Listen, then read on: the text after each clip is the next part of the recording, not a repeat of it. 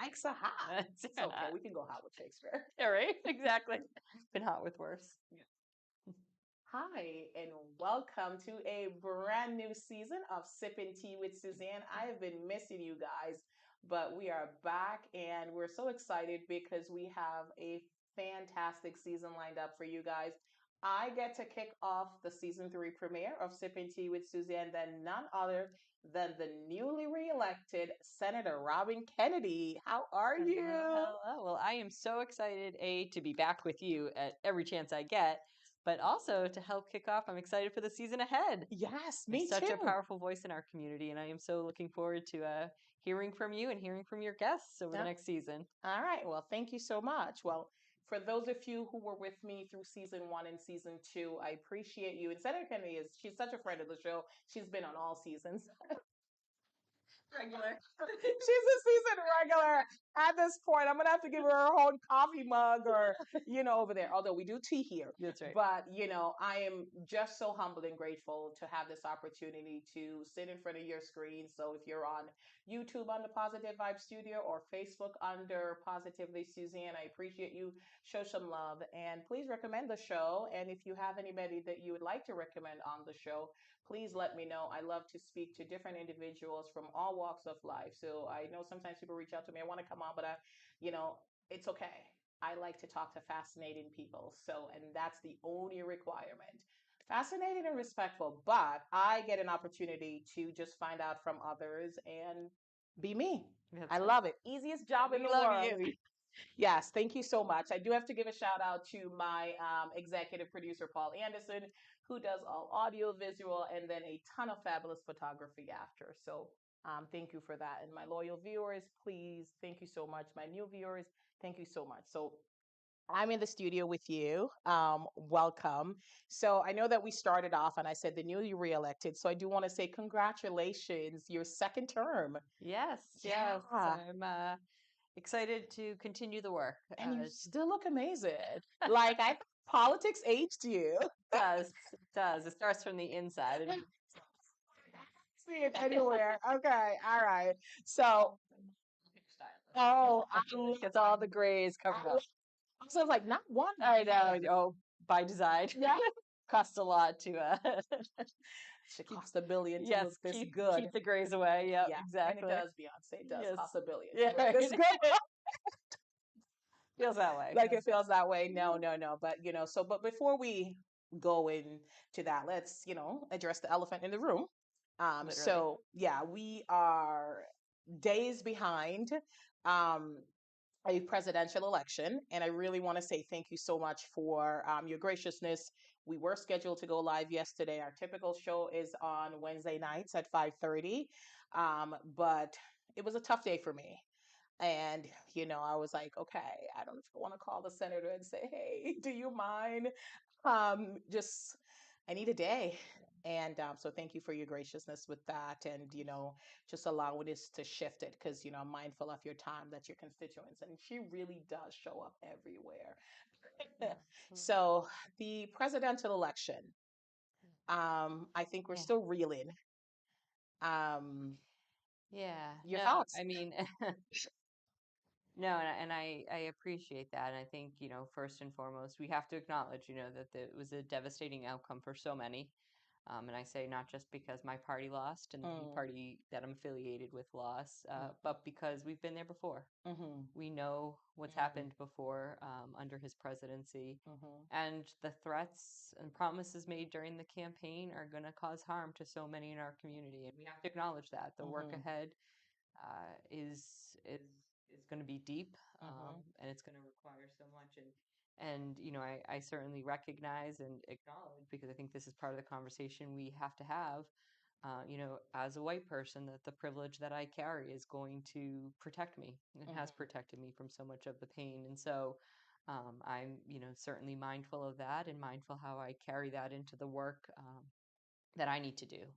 And I think it begins, you know, the division, the anger that started a decade ago when he first came down the escalator, and the harmful language that's continued, and we see it popping up everywhere in our community. And so, we have to start by changing that and being Mm-hmm. kind to each other and giving grace. And Mm-hmm. so, I appreciate that. We deleted. I think it was good. Probably a second night's sleep was probably helpful for both of us. But certainly, Yeah. it's we need to be mindful of giving grace and space for folks to process and feel the way they and Mm. move forward. No, absolutely. I'm not ashamed to say I cried a lot.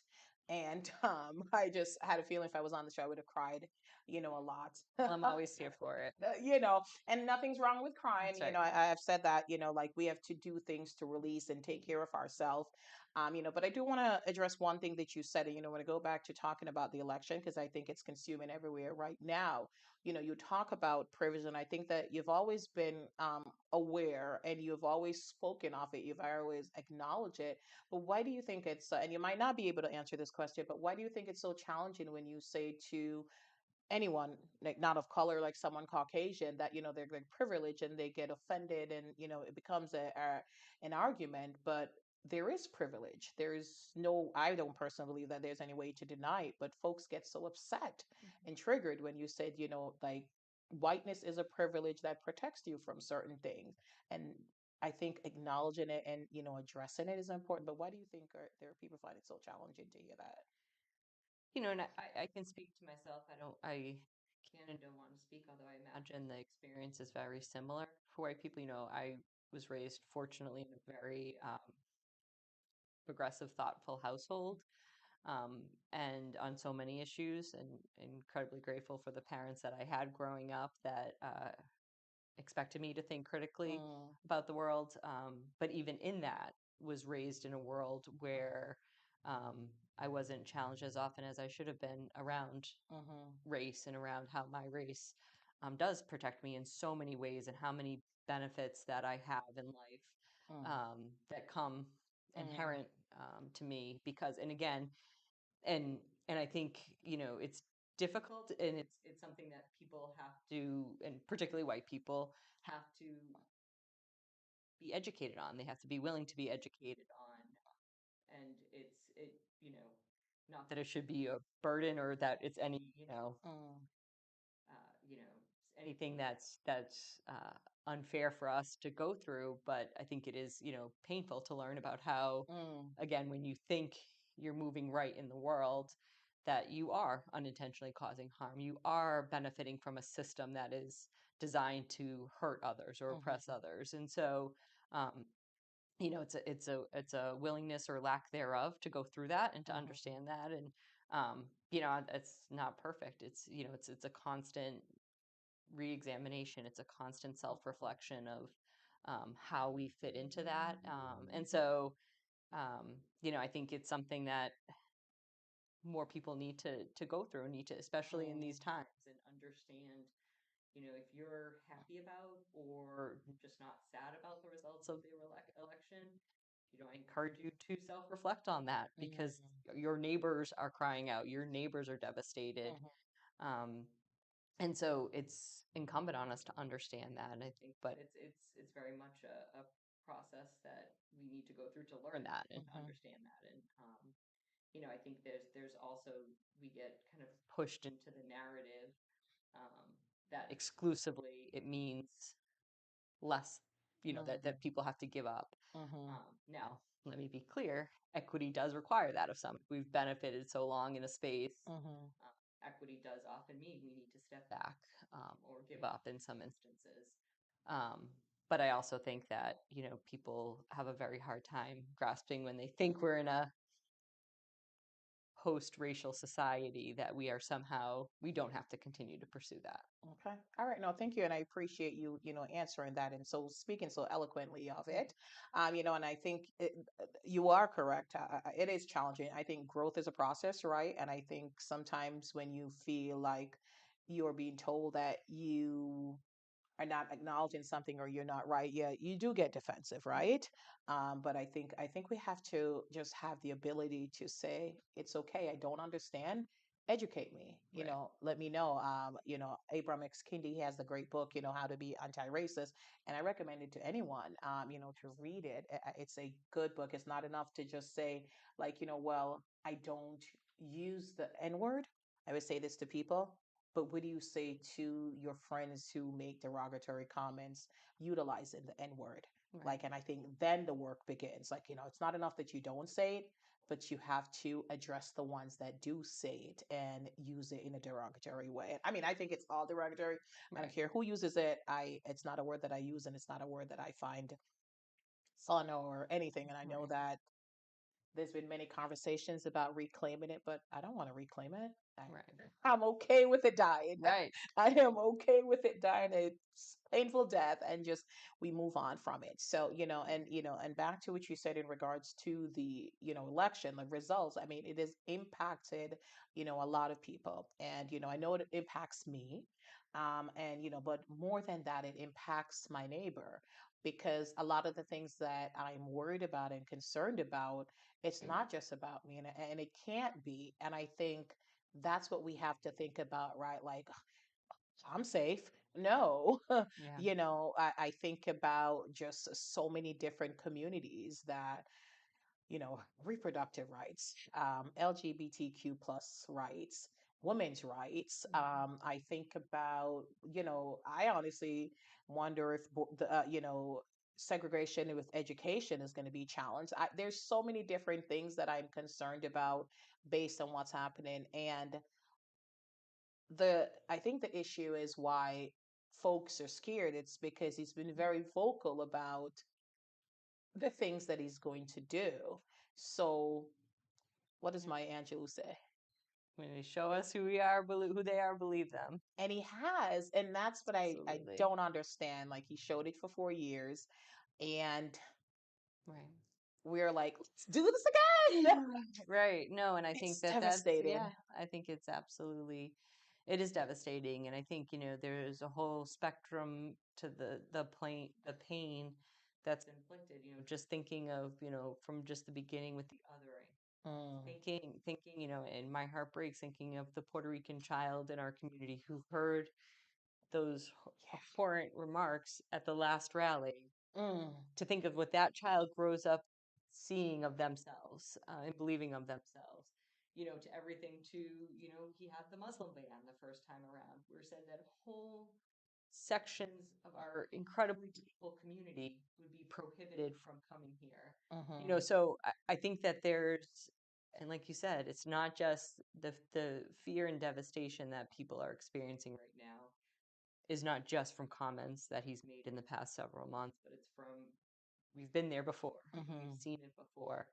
Um, and it's just, I think that that is something that, um, is really, something that we have to address and we have to speak to, because it's certainly, loud. And even just it's I think about those 4 years of his presidency, that it was just every day, it was just the news, it was the tweets, it was the putting people down, it was, you know enemies list and targeting people, and just, it's devastating. And I think the flip to it, and which is devastating to me, is that we also had the most qualified person running for the office. And I say Girl, person, not woman, person running for the girl, office. And girl, the reality, judicial, executive, legislative, all exactly. three branches. She had a multitude of plans. She even on so many things ran more conservative on issues than, or is more conservative on issues than even I would necessarily like, and there's shortcomings in the administration that I would want them to address, but in the Biden Harris administration, but still overwhelmingly the most, qualified candidate. And to me, that the struggle, the recognition that we may not see a woman president in my lifetime, because how do we go from here? And so I think that's also something that we have to reckon with and address, and understand why so many people made the decision that they made. No, absolutely. And it was really sad to acknowledge because, as a child, I always thought that I would. Yeah. And, I've said I voted for two women now, and, both, and it's not even being devastated by the results that they didn't win, but I just think that so many people are not ready for it. And like just some of the arguments that were being lobbied, and even her intelligence, being questioned. But I will say this, as a Black woman, I have lived with being overqualified um, for a position and not get in the position. So I can't imagine it at that level to just, to have the experience, the education, and just all the things, and then still being told you're not good enough. And so, to everyone who suffers from imposter syndrome, and I'm going to tell you this right now, do not use this as an opportunity to go back. I pray it doesn't, because, we'll be like, well, if it can happen to Kamala, it can happen to us. I get that, but don't give up. You are still fantastic. You are still great. And one person's inability to see your worth does not diminish your worth. So still stay focused on chasing your dreams and doing what you Absolutely. have to do. And Prove me wrong. yes. Prove me wrong. That will have, please. And I want to be part of making that happen. And, Mm, and I think that part of it is that, we need to have those conversations. We need mm-hmm, to understand why people in our lives, people that we love and care about, mm-hmm. made that choice. And Absolutely. again, there's the party affiliations, but then there's very two distinct individuals in this Mm. race, and I think that that's absolutely something that we need to better understand. Absolutely. And, I'll be very honest. I think it would be challenging for me to have this conversation with somebody who voted for him right now, somebody that I care about. If they've, so I'm going to respectfully say, like, just give me a moment before Yes. they come to Well, I should say, choice. I said in the beginning, I think that that's part of Yeah. everyone has to process in their own time and Yeah. space, and um, we have to respect that No, absolutely. absolutely. It's hard. And I think it's hard. And, but one of the points that you said, earlier, it's that there is work to be done. And I think it wasn't the results that we wanted. And because of the work that you do, especially, you can't close your eyes and la la la for the next 4 years and say, let's just get through the next 4 years. The work that you do is going to be even more important because the underrepresented, the marginalized, there's just so many classes. I don't even know where to start. Immigrants, women, so many different groups that it's gonna need people like you who truly care about humans to step up and work even harder so that they feel included. It's a terrible feeling to feel like you're less than. It's a terrible feeling to feel like you don't belong. It is a terrible feeling to feel that a country that you would honestly go to war and fight for.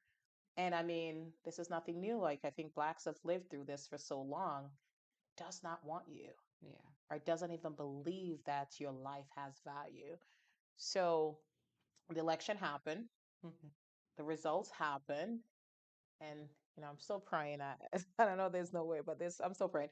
But anyway, how do we still haven't reconciled this though, but the Yeah. work continues. Yeah. Yeah, no, and I think one of the responsibilities that I recognize I have, as an elected official too, is um, that I also represent my entire district and all individuals within, regardless of who they voted for. And so part of the responsibility I have, and again, some of the spaces that I'm able to be in as a result of that, that is to have those conversations, is to Mm, navigate that, is to understand from the mm-hmm, specifics of the policy issues of whatever their mm-hmm, concerns were with the Biden Harris administration and the proposals of the mm-hmm, potential Harris administration that led them to choose, again, for those that did on a policy basis, mm-hmm, vote for him. But also, that's something that I grapple with mm-hmm, because there are many people that I think that voted for him because of what he says, mm-hmm, because of what he promised. mm-hmm. Um, and again, there's still constituents in my district, and I still represent them, and Absolutely. it's something that I'll continue to have those conversations, and Mm-hmm, a lot of the work that we'll continue to do in Massachusetts. We have always said we're so fortunate here mm-hmm, because we are a state that values expanding mm-hmm, our rights, not taking away rights, and we're going to continue to do that. mm-hmm. Um, and the fight just got a lot harder. It did. And so I think about, one of the things I've been thinking about in the last 24 hours. I had a meeting yesterday with an organization that it really put it into perspective to me that, one of the many challenges we're going to face is the potential for severe federal budget cuts. He's talked about up to $2 trillion, and that's going to have enormous impact. And there's so many different things that right now we are hoping that the federal government was going to step in and help us with. And not only can we, I imagine, anticipate not getting that help, but there Absolutely. could be further cuts, which means that the state can only supplement so much that gets cut. That there's going to be huge impacts on so many of the programs and services that, and to be clear, that people of all income levels, Need. all backgrounds need here in our community. And so, that's something that's going to be a real struggle. There's going to be a lot of no coming up, which is devastating. Especially we've made such great strides, and we've been Absolutely. able to invest in new programs and organizations that have never seen funding before, and so state funding. And so, I'm going to hold the line as best I can, and I'm going to, as I think about and am able to contribute to the conversations around the budget, going to be very intentional to see where, especially where that harm is going to come more specifically, and uplift the amazingness that is our community here. But that's just a very, real potential that we have to brace for, because it happened before, and it's very likely we could see it again. No, absolutely. And, thank you, for saying that. And, it goes without saying, you do represent your entire district, and folks voted, very diverse district, and folks voted for, like, there was what, I think 5 candidates on the ballot. Some, I had no idea who, but so, you do represent, so you have to be able to have the conversations and really try to get to, like you said, the policy. And I think we have to get out of the emotions, right? But although the emotions are heavily, heavily involved. And Yeah. in regards to the federal cuts, I mean, I can always take more money or save money, Yeah. but less money. Yeah. It is because we were already stretched beyond our limits, and there's just so much need, I think, in our community in so many different avenues and areas. And I Yeah. think, Massachusetts, I'm a fan, even though I complain every winter. I'm moving. We're so much better for it. Like, we are. I'm not. In term like I'm. That's something I think we're gonna have to, I imagine that there will be people that do move here and choose to move here. Yeah. We talk a lot about being competitive, but Mm-hmm. it's unfortunate if it's because within our own country people Yeah. can't get the health care that they Yeah. need. And that they would, we welcome them here, and we welcome anyone to choose to move to Massachusetts.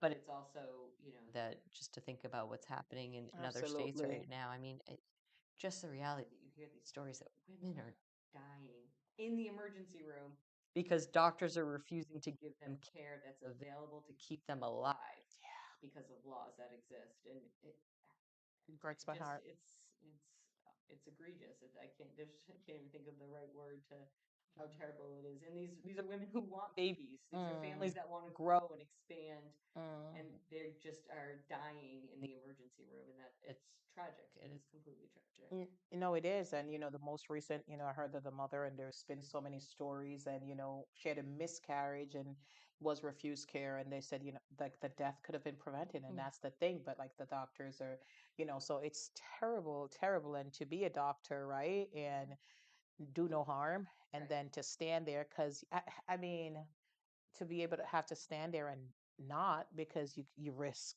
the possibility of jail. And Yeah. I don't know.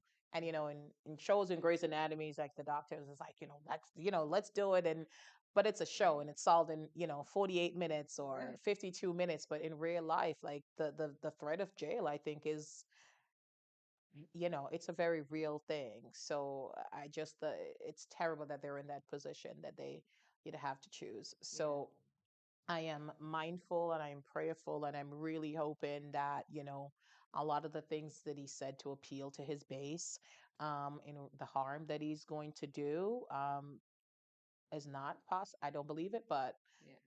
I'm praying, because we need to, we just can't. Right.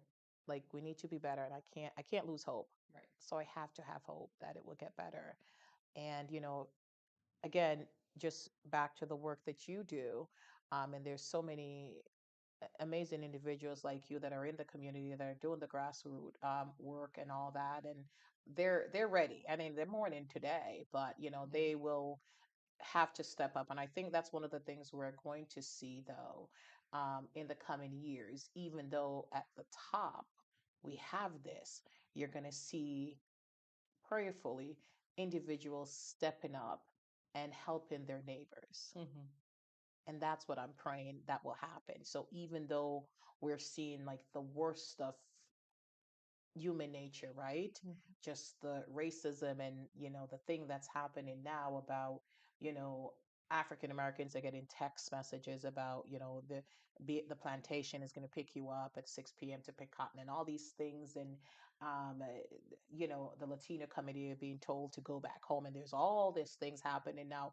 I just think maybe I'm praying that it's just the result of the election and folks are just crazy because the internet, Mm. it gives you this mask, right? This cover, so your face is not seen. But I do truly believe that folks are going to step up um, when the work needs to get done. I Hmm. have to believe that. Yeah. And and I think that's a hope that, we have to work for, Mm-hmm. right? And, um, because in those moments you expect your leaders, right, to speak out against that. And unfortunately, what he's proved to us in the past and in the even the recent past, Mm, that he's not willing to do that. And so I do agree. I think it takes the rest of us then to condemn mm, it, to make it unacceptable or unwelcome in our mm-hmm, communities, and hold people accountable mm-hmm, that are saying or doing these things. mm-hmm. Um, the internet works both ways, and It we've does. seen as It does. that as more people have been exposed by social media for their Absolutely. shortcomings. And so,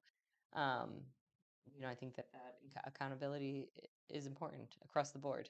When Absolutely. somebody says something, not meant in harm, but is harmful, that, and, I say myself included, accountability is so important to be called in and Mm-hmm. corrected. Absolutely. And we should be listening again, Mm-hmm. listening right now in this moment in what you're saying. And if anybody is questioning the racism to it or questioning the harm, when you hear it come from somebody's mouth, pause to ask, Mm, pause to understand what that could mean, and to be willing to hear it and be mm. willing to believe it and understand it, and then be part of the solution, be part of the condemning it, and be part of the healing.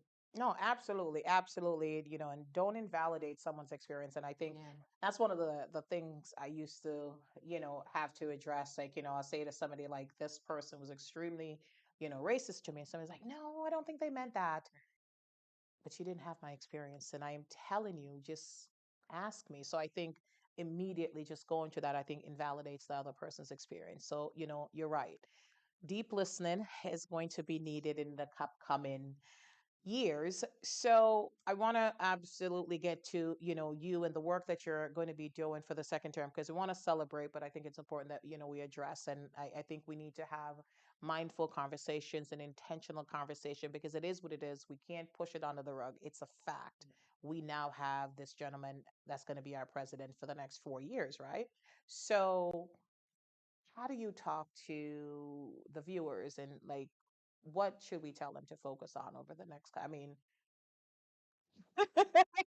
do not come for me and says like don't tell me what to do.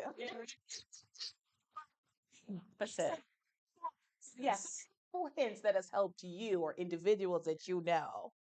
Let me personally say, like, we need to be intentional about self-care, right? Mm, As we saw, and like I said, one of the things that I remember from the last time in office was mm, just the constant barrage, right? Like mm. so many times that, and I was at the YWCA for the bulk of the Yes. previous administration, the previous time he served, and just the constant barrage of needing to speak out and needing to fight back, and Mm, we know that that type of organizing, that type of response is mm-hmm, going to be needed again, right? And mm-hmm, so, um, self-care is so important. It's when you're ready to fight, step up and fight, and when you mm, need to mm-hmm, pause and take care of yourself and rest and recover, mm-hmm, you need to do that too. And mm, not for me or anyone else to say what that looks like or how that mm-hmm, process unfolds mm-hmm, for every individual. But there's going to be a lot we need to push back on, and we mm-hmm, need to hold our local leaders accountable too,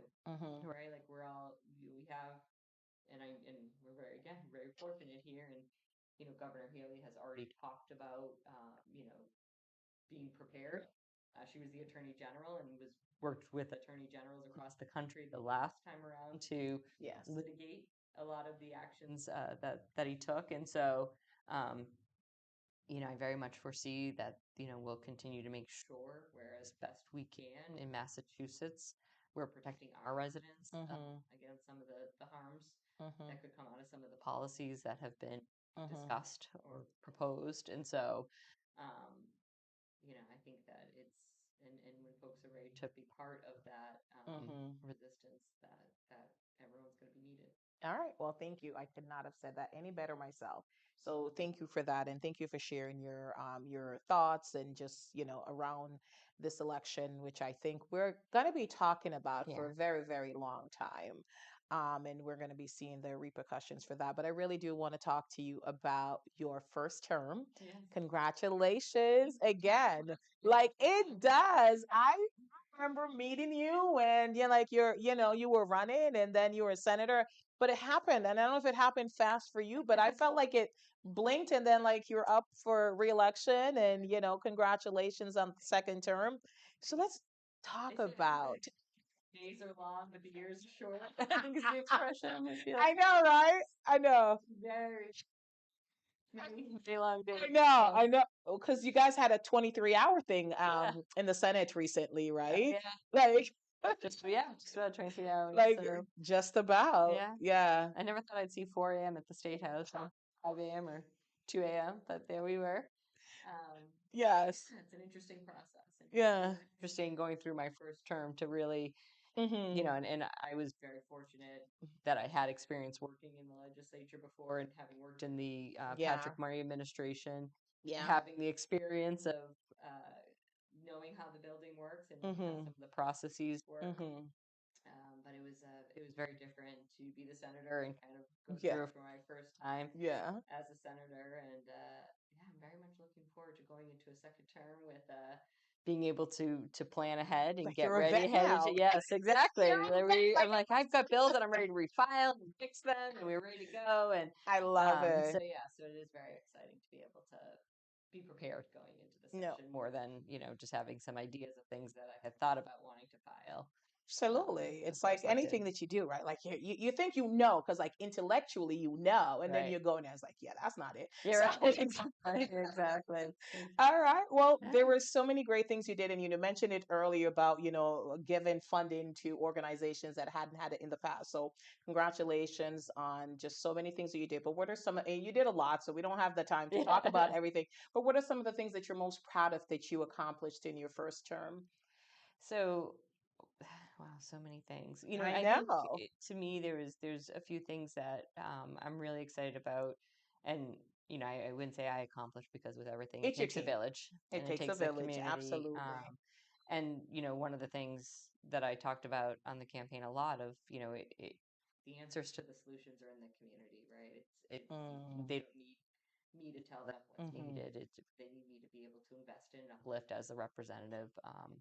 So I think from a funding perspective, being able to support some of the amazing organizations that are helping to educate in our community, that are mm-hmm. helping to uh, be the tradition keepers of the different amazing cultures that we have in our community. Um, and we should be supporting that. We should be Mm-hmm. encouraging that education and that sharing of ideas and traditions and cultures.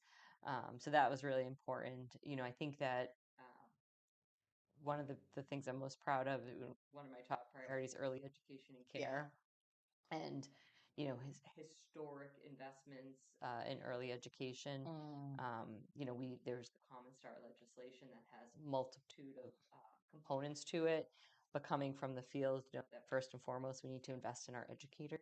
mm. Um, we need to pay them more. Bottom line, Lord there's a have lot of ways to do mercy. it, but we need to pay them more so Absolutely. that they could be making a living wage in Mm, this role, educating our littlest learners. mm-hmm. Um, and so through this bill, which the Senate did pass, it didn't make its way to the governor's desk, but the Senate passed it. But we were able to include the entirety of the bill in the budget. So it is the budget's also a bill, so it was included there. So essentially, we passed it. Mm. We still need to increase some of the funding, but to be Mhm. able to invest significantly in Mhm. our early education care educators, our providers, and then to also work towards, which Mhm. is still a work in progress, but work towards expanding income eligibility. Um, so that's something that I look forward to continue to prioritize, make sure that the funding is there. Mhm. Um, Hopefully we have the funding. Certainly that's something we need from the federal government is support from the early education and care block grant that comes from Mhm. the federal government. So hopefully that stays and is expanded. Mm. Um, so that was really a big priority of mine. And also in my first 2 years, but again, collective work of the legislature. I don't want to Absolutely. take credit for it, but we've doubled the operating funding for the regional transit authorities across the state. So the Awesome. WRTA is going to see a continuous increase in funding to support Mhm. expanding Mhm. the routes that they currently have. And the Mhm. new administrator is great. You should have him on if you haven't already because he is fantastic. And he knows that he first has to stabilize the system that is there because Mhm. there's too many missed routes, there's too many Mhm. changes in routes because of not being enough available drivers, etc. Mm. So we need to stabilize that and then we need to expand capacity Mhm. because every resident in the Commonwealth should have access to a robust public transportation system. Absolutely. It shouldn't be just a Boston area Mhm. privilege. And so the fact that we've doubled the operating investment is a big step forward in being able to achieve that goal. Mhm. Um, that's another priority. And then I had the incredible privilege of serving as the Senate chair of the Joint Committee on Children, Families, and Persons with Disabilities. Mm. And that's something that I've asked the Senate president. I'm hoping to continue to chair that committee again next year Mhm. because there's so much work we need to do in that space. And I think having the continuity of leadership Mm. will really help us achieve that goal. But uh, working with my co-chair in the House, who's a representative from Boston, we were able to put together and move a um, omnibus package around child welfare, Okay. which does a whole host of things. Mhm. It things like kind of fixing the data collection that the state gets from DCF so we can start to understand Mhm. what's happening and put the pieces together versus 30 reports throughout the year, really having one report so we can actually understand how the data is impacting Okay. um, itself and impacting other kind of components within DCF. Um, and it fixes the way that child fatality reviews are done. It Mm. actually helps to clear up and increase Mhm. information sharing between schools and social workers Mhm. so that if children are moving from different foster homes, they're Mhm. able to, um, their social workers are able to make sure that their information is shared from school to school so that they're not losing education time, Mhm. which we know is so important. Mhm. Um, and I'm really proud. We didn't quite get it over the edge in time, and so we'll probably be refiling it next year. Mhm. But I'm really, grateful that we were able to come to consensus with the Department of Children and Families, SEIU, who's the labor union that represents the social workers there, the Children's League, which represents a whole bunch of providers in the Mhm. field. I'm trying to think, who else did we include? Or else do we? And the Office of the Child Advocate, who's the third party kind of Mhm. oversight to DCF. And another big piece I forgot to mention included in that was the Foster Children's Bill of Rights. So Mm. guaranteeing to children who are in our care and custody Mhm. a set of rights to make sure that they know what they should be able to expect, Mhm. and we make sure we're providing them with those expectations. So um, I'm really excited that the bill came together as it did. I look forward to now refiling it and hopefully Yeah. being able to move it next session. Okay, awesome. So I'm laughing because I got a hint of just the way it works a little bit with Yes. the Citizens Legislative Oh, yes. seminar, like and the amount of bills and reading and amendment and refiling and Yeah, all that. It was fantastic. It was a great 2 days. So thank you so much for sponsoring me of for that. course. But it was really cool. It was really cool. But I can't imagine when you're going through, you're like, no, this is not cool. This is Yeah, work. it is a lot. It is a lot, but no, you guys and your team, and you're always so mindful of, complimenting your team and giving them credit because it does take a village. You just absolutely can't do it. And that's actually one of the things I noticed when I was at the State House recently, all the senators that came and spoke, they really talked about their staff. They could not do anything without their staff. They're like, listen, half the times I don't know this. I ask my staff. Yeah.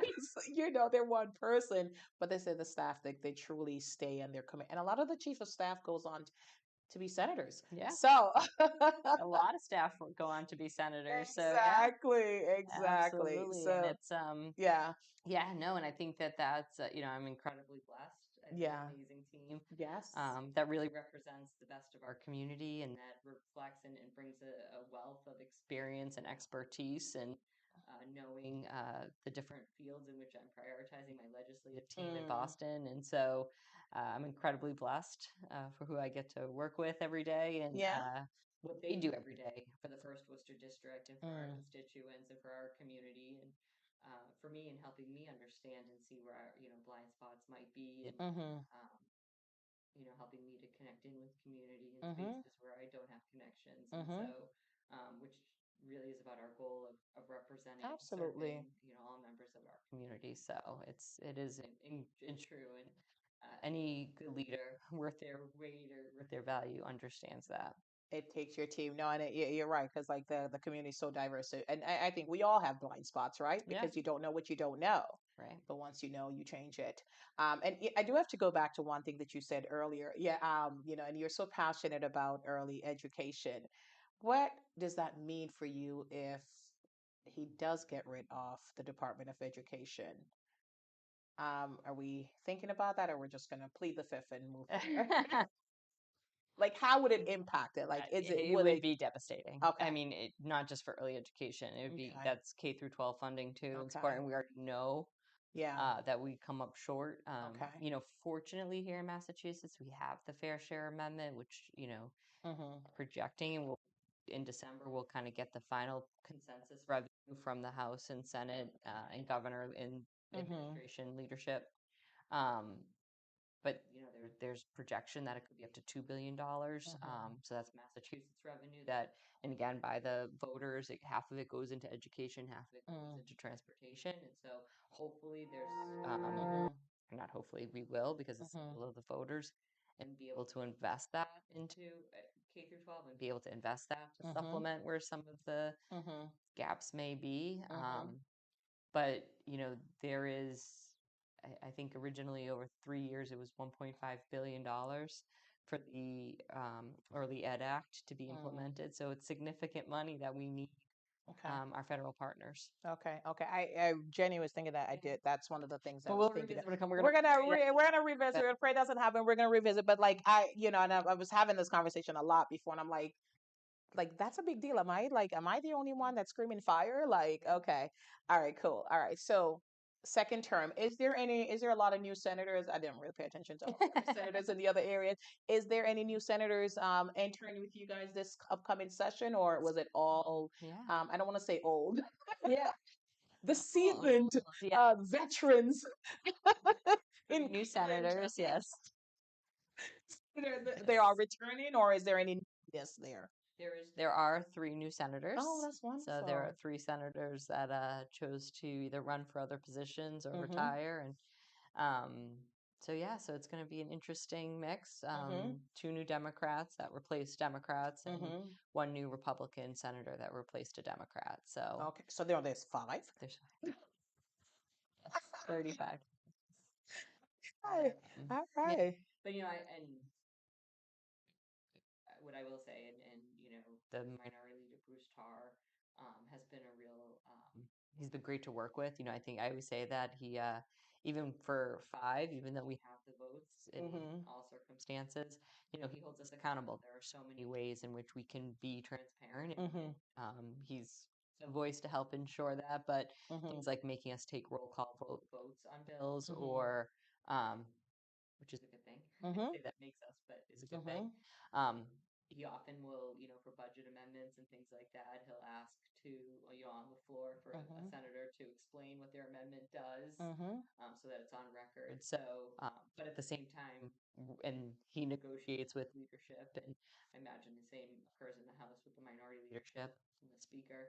Um, so that there is give and take, but that we are also not Washington D.C. because we can work and we can actually get bills moved, and there isn't grandstanding and there isn't Mm-hmm.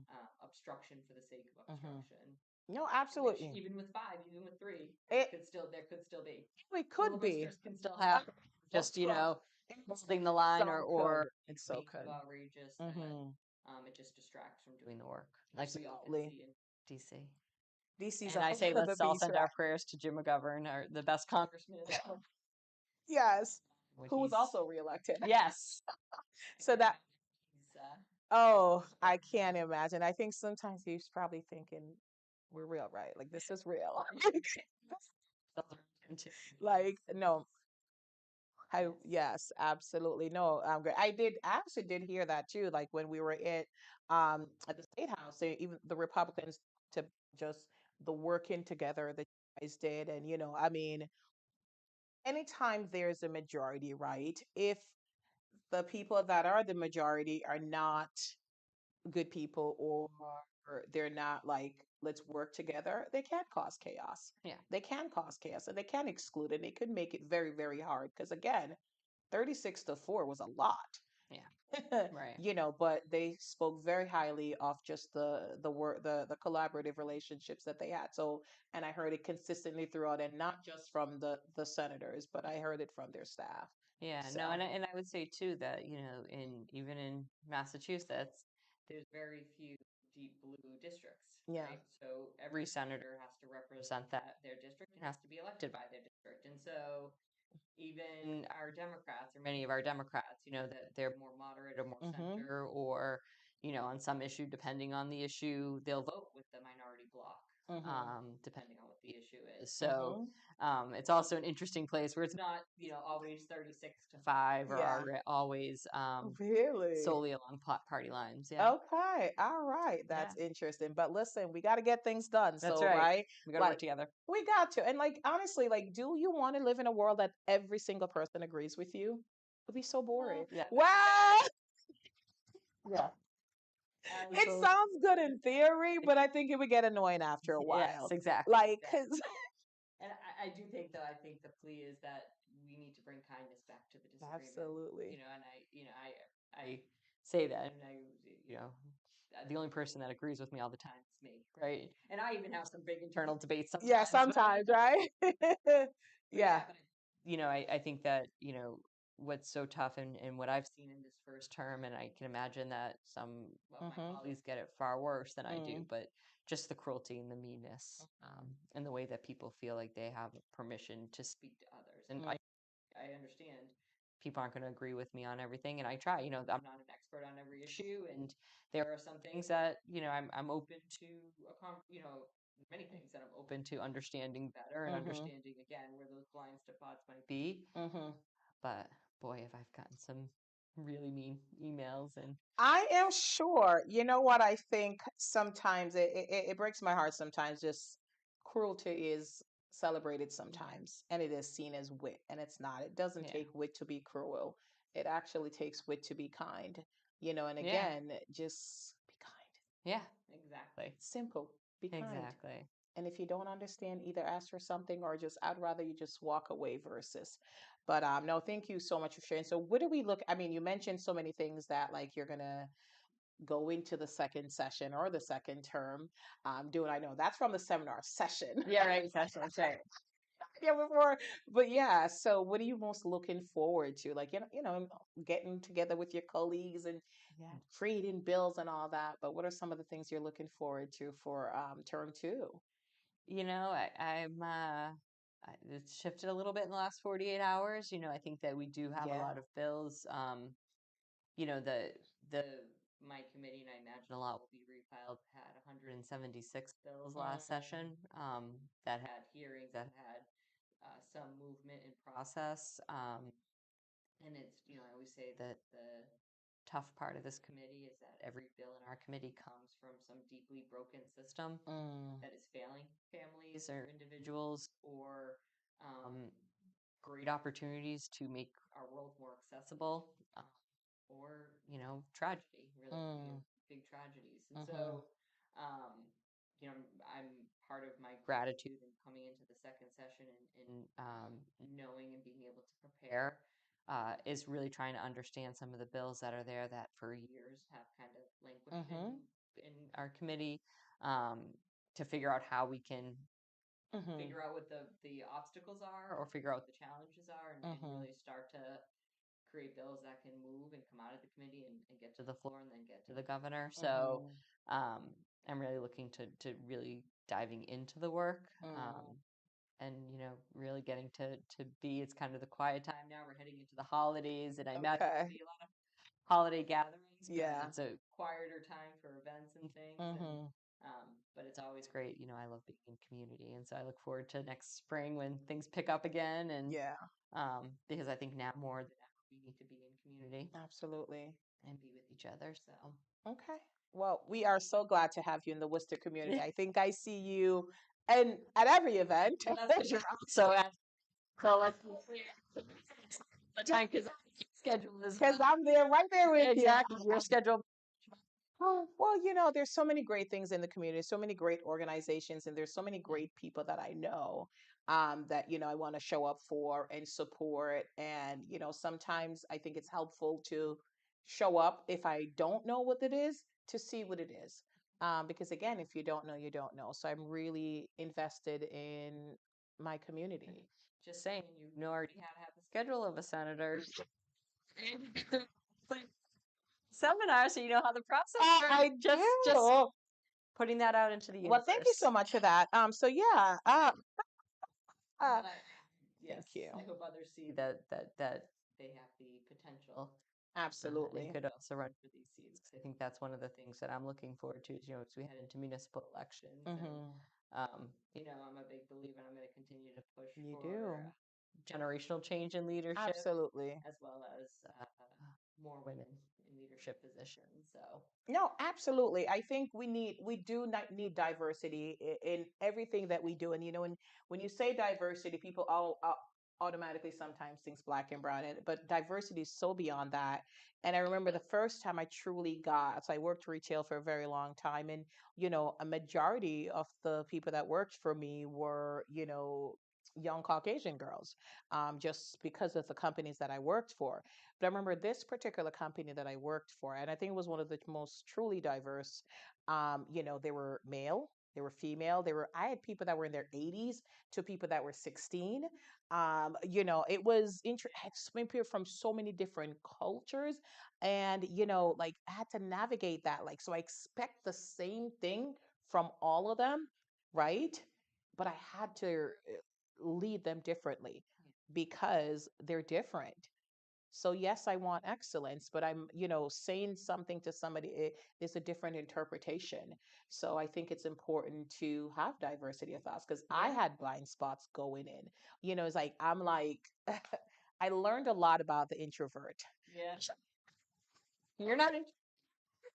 I mean, but I but I was told I'm not. Yeah, But I just used to just assume that everybody's okay with being, in spaces and will just show up like at an event not knowing anybody and at the end like know 5,000 people, right? And like some people like I learned like are genuinely terrified of speaking to others and things like that. So I think that was a very important role for me to have that time because there were people like that worked in retail like they worked in the back room and I would invite them to work on the sales floor, with the customers and things like that. And like they were shaking and terrified. And for me, it's like, I just, you grasp it, but then to see it in effect, it was very, very different for me. So I learned that, like, to ask yeah, and to listen and to observe and to say, just because it's okay for me and I think it's normal doesn't mean it's normal for everybody else. So, yeah, learning absolutely. Yeah, every I mean, single that's day. again Yeah. another great trait of a leader, but is really, Yeah. finding the best in people and supporting Absolutely. them to success and Absolutely. helping them build that. So Bringing it out of them. and whoever who and yeah, and however Yes, they show up, and absolutely. as long as meeting expectation, and figuring out how to navigate that through the world. So Absolutely. Like, like that light bulb when somebody like just recognized their worth Yeah. or to find out what they're good at and what they love doing, like that thing in their eyes, it Yeah. is just, it's magic. Yeah. It's Absolutely. magic. And that's a feeling I would chase forever, Yeah. just to see people being happy, being themselves. We need So, more of you in this world, especially over the next 4 years. well, thank you. I will do my part. I will do my best. But, thank you so much. And I'm so grateful for the circle that I have. And I include you in that, of folks that I can reach out to and say, Absolutely. like, hey, I don't really have a lot of bad days. I will be very, very honest about that. But I will say that I'm grateful to know that, I let people know that it's okay if you have a bad day. And it's okay to have people around you that when you're having a bad day, won't say just snap out of it, but to just take care of you. Absolutely. Self-care is important. Absolutely. All right. So I think that's a perfect note to end on. Excellent. Yes. How are we, because I'm going to ask you, how are you going to prioritize your self-care for just, preparing to go into the session, right? How are you going to have your own self-care before you kind of go back? And you're not out because you're in term, so you're Yes. still doing work. Right. But you said it's going to be a little light season, a little bit. Yes. Well, and that's part of it. I recognize very much that I need to rest and refuel. So, to my community over the next, 6 weeks or so between Thanksgiving and the end of the year, I'll probably be less in the community and more kind of taking time to rest and recharge and also to look at some of the legislation because as you learned in the session, I'm sure that we have to file all of our bills by January 29th. And so we're very quickly going to have to ramp that up. So a lot of my focus right now is trying to get my legislation in order and get it ready to go. So, and then some downtime, some time with my amazingly beautiful niece, Gianna. Oh my Yes, goodness, so she's incredible. And I love pick her, Tracy. yes, Yes. and my whole family. I love that. Fantastic. Your mom, your sister, and Yes, your niece, just, exactly. amazing Exactly. So, individuals. You are yeah. surrounded by some beautiful women. So, Yes, all right. exactly. Yes. Well, thank you for this hour. I'll give you about 30 seconds if you want to say goodbye to anyone or say anything or, your final thoughts as I wrap up, and then I'll give my final thoughts. No, absolutely. I think that, everyone needs to show up as they need to show up in the days ahead. And, I encourage, and again, not on me to say how or when or for how long, but, folks to prioritize self-care. But as I always say, take time to look out for others. We all carry some privilege, and that we need to make sure that we're looking out for others. So certainly encourage that, and I'll continue to be that safe space here for my community. All right, awesome. Thank you so much. Well, that was the incredible second term senator, Senator Robyn Kennedy, who was the first guest on season 3 of Sipping Tea with Suzanne. I'm always so grateful, and I learned so much from my conversations with her. So thank you all so much for tuning in. I appreciate you. Please stay tuned for season 3. I promise you, I have some phenomenal guests lined up, and I'm excited to be sitting on this side and just learning so much. Like, oh my goodness, so much, so many great people and so much great information. So thank you. Please tune in every week from at 5:30 on YouTube and on Facebook. And until next time, this is Positively Suzanne and Senator Robyn Kennedy say Thank you for all you do for our community. thank you. Thank you. Absolutely. All right. Smooches.